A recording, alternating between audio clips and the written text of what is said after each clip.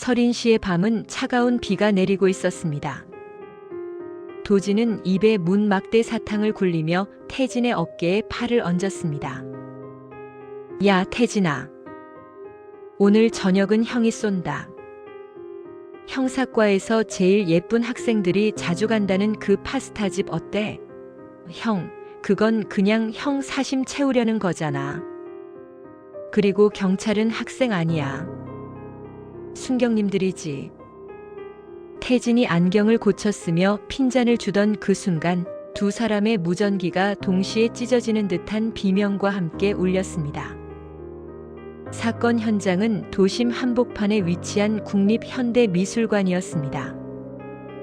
중앙홀에 도착한 두 형제는 눈앞에 펼쳐진 기괴한 광경에 숨을 들이켰습니다. 전시장 한가운데에는 거대한 석상 하나가 세워져 있었습니다. 그런데 그 석상은 돌이 아니었습니다. 온몸에 하얀 석고 가루를 뒤집어 쓴 채 기묘한 자세로 굳어버린 발레리나의 사체였습니다. 그녀는 마치 중력을 거스르는 듯 우아하게 한쪽 다리를 들고 있었지만 그녀의 등 뒤로는 찢어진 피부 사이로 붉은 살점이 삐져나와 마치 잉어의 지느러미처럼 돋아나 있었습니다. 형, 저거 봐. 눈. 태진이 가리킨 곳을 본 도진의 미간이 일그러졌습니다. 여자의 눈꺼풀은 강제로 고정되어 있었고 그 안에는 인공적으로 주입된 붉은 액체가 고여 섬뜩한 빨간 눈동자를 만들어내고 있었습니다. 태진은 시신의 발치에서 범인이 남긴 기묘한 표식을 발견했습니다. 그것은 세계적인 명화 모나리자의 입술 모양만을 오려내어 붙인 작은 종이 조각이었습니다. 모나리자의 미소라니. 범인은 지금 우리를 비웃고 있는 거야. 도진이 주변을 살피다 시신의 뒤쪽에서 길게 늘어진 무언가를 발견했습니다. 그것은 시신의 척추 끝부분에 정교하게 이식된 짐승의 꼬리였습니다. 범인은 피해자를 인간이 아닌 기괴한 수중 생물이나 상상의 괴물처럼 개조해 놓은 것이었습니다. 태진은 시신의 목에 걸린 은색 펜던트를 열었습니다. 그 안에는 정갈한 글씨로 단 한 단어가 적혀 있었습니다. 나태. 형, 이건 연쇄살인의 시작이야. 범인은 이 도시의 죄악을 처단한다는 명목으로 예술을 모방하고 있어. 이 발레리나는 연습을 게을리했다는 이유로 나태의 낙인이 찍힌 채 전시된 거야. 도진은 주먹을 꽉 쥐었습니다. 평소의 장난기 어린 표정은 온데간데 없고 범인을 향한 차가운 분노만이 서린 눈빛이었습니다. 감히 사람 목숨을 가지고 예술 장난질을 쳐? 태진아, 이 새끼가 다음 전시회를 열기 전에 우리가 먼저 유료 관객으로 입장해주자. 태진은 태블릿 PC의 화면을 빠르게 넘기며 계산을 시작했습니다. 데이터 분석 끝났어. 형, 이 범인은 완벽주의자야. 다음 죄악을 전시할 장소는 아마 비 내리는 서린시의 외곽 버려진 폐수영장. 태진의 분석에 따르면 이곳은 탐욕의 죄악을 심판할 다음 전시장이었습니다. 형, 범인은 공간의 울림을 이용하고 있어. 이 수영장 밑바닥에 흐르는 저주파가 범인이 보낸 신호야. 태진이 블랙 컬러의 최첨단 태블릿을 두드리며 속삭였습니다. 두 사람은 얼굴을 가리는 검은 마스크를 눌러쓰고 어둠이 짙게 깔린 수영장 내부로 침투했습니다. 수영장 물은 이미 다 빠져나갔고 바닥에는 뜬금없이 고운 해변의 모래가 수북이 깔려 있었습니다. 그 한가운데 거대한 입을 벌린 조개 모양의 금속 구조물이 놓여 있었고 그 안에는 실오라기 하나 걸치지 않은 나체의 남성이 웅크리고 있었습니다. 그는 도시의 악덕 사채업자였습니다. 그의 입안에는 금괴가 가득 차 있었고 얼굴은 질식해가는 와중에도 약물에 취한 듯 해벌쭉하게 웃고 있는 기괴한 표정으로 굳어 있었습니다. 미친. 사람을 산채로 박제하고 있잖아. 도진이 소리치며 달려나가는 순간 천장의 스피커에서 기계음 섞인 목소리가 흘러나왔습니다. 도진 형사님, 태진 경장님. 우리 이야기는 이제 막 서막을 올렸을 뿐입니다. 탐욕의 끝은 언제나 스스로를 집어삼키는 법이죠. 그때 수영장 뒤편 셔터가 거칠게 올라가며 검은색 오토바이 한 대가 굉음을 내며 튀어나갔습니다. 태진아, 넌 여기서 피해자 상태 확인해. 내가 쫓는다. 도진은 근처에 세워둔 경찰용 바이크에 올라탔습니다. 빗줄기를 뚫고 시작된 추격전은 서린시의 복잡한 골목과 고가도로를 넘나들었습니다.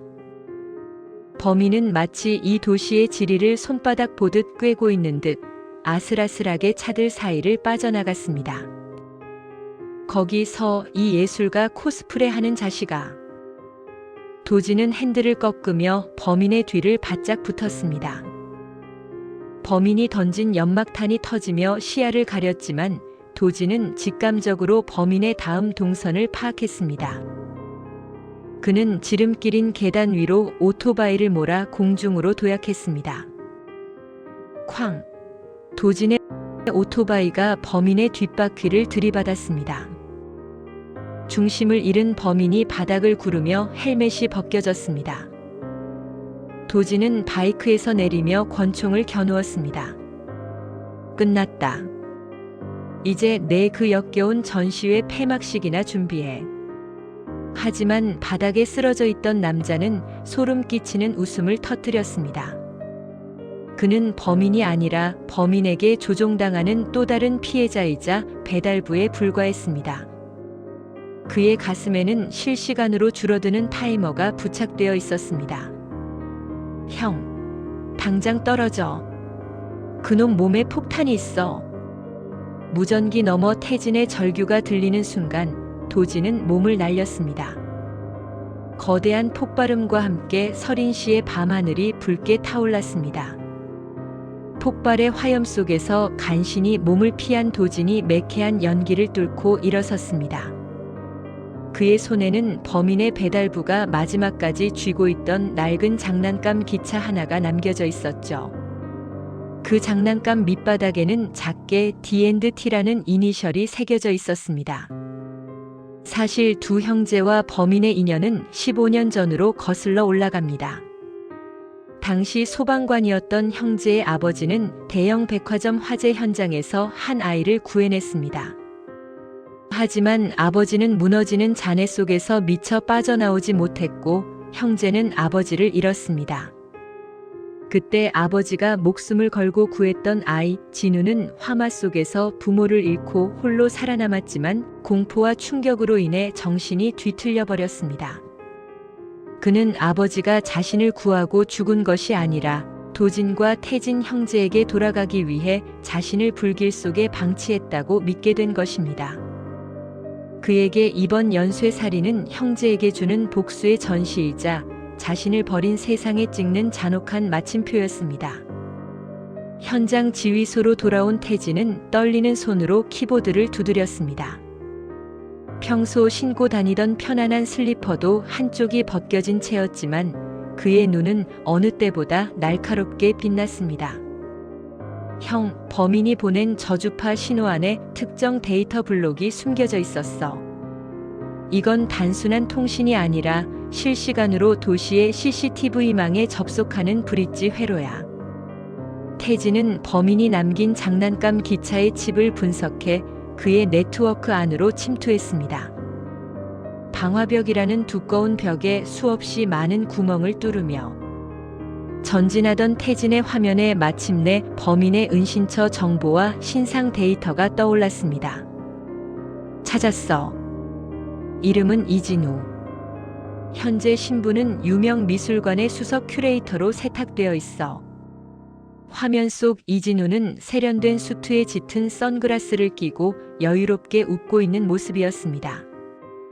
그가 최근 발간한 도록의 표지는 첫 번째 사건의 피해자였던 발레리나의 포즈와 소름 끼치도록 닮아 있었습니다.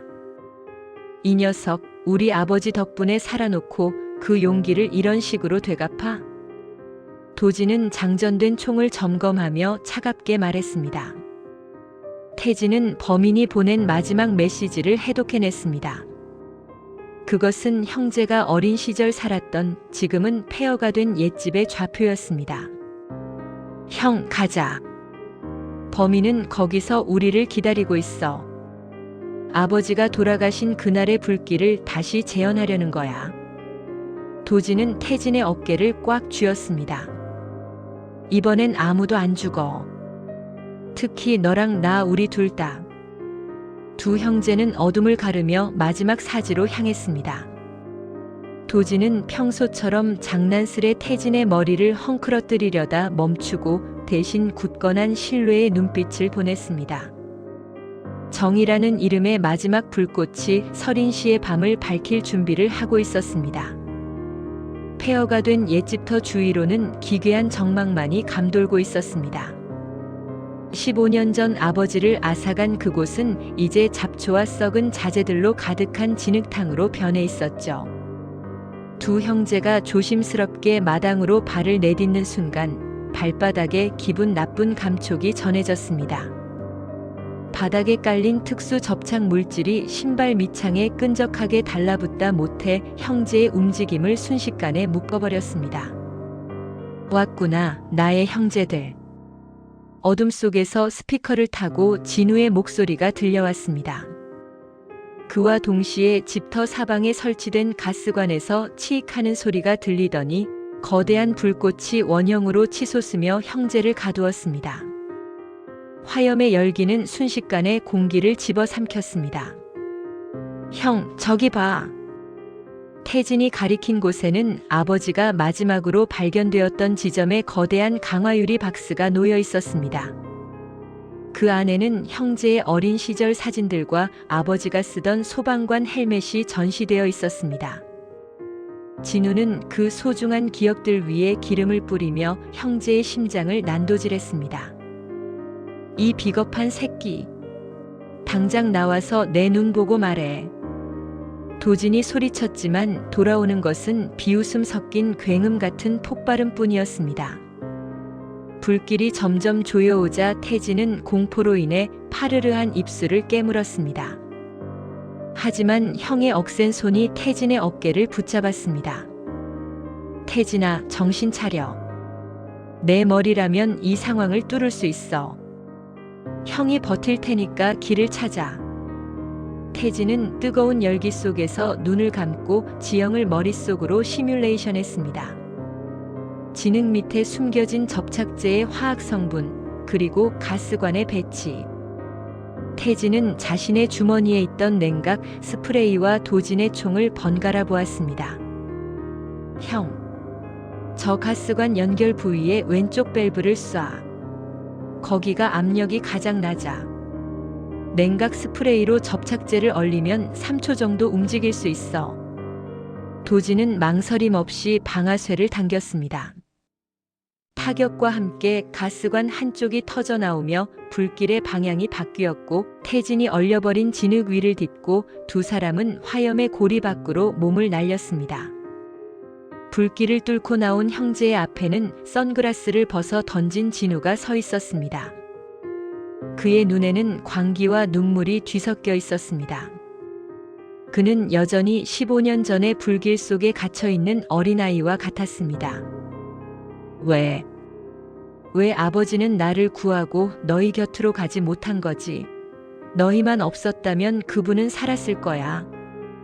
진우의 절규에 도진은 총을 내리고 천천히 다가갔습니다.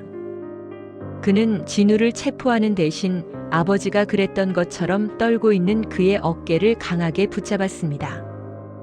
아버지가 널 구한 건 내가 미워할 대상을 찾으라는 게 아니었어. 내가 살아남아 우리처럼 누군가를 도울 수 있는 사람이 되길 바랐던 거야. 진우의 손에 들려있던 기폭 장치가 바닥으로 떨어졌습니다.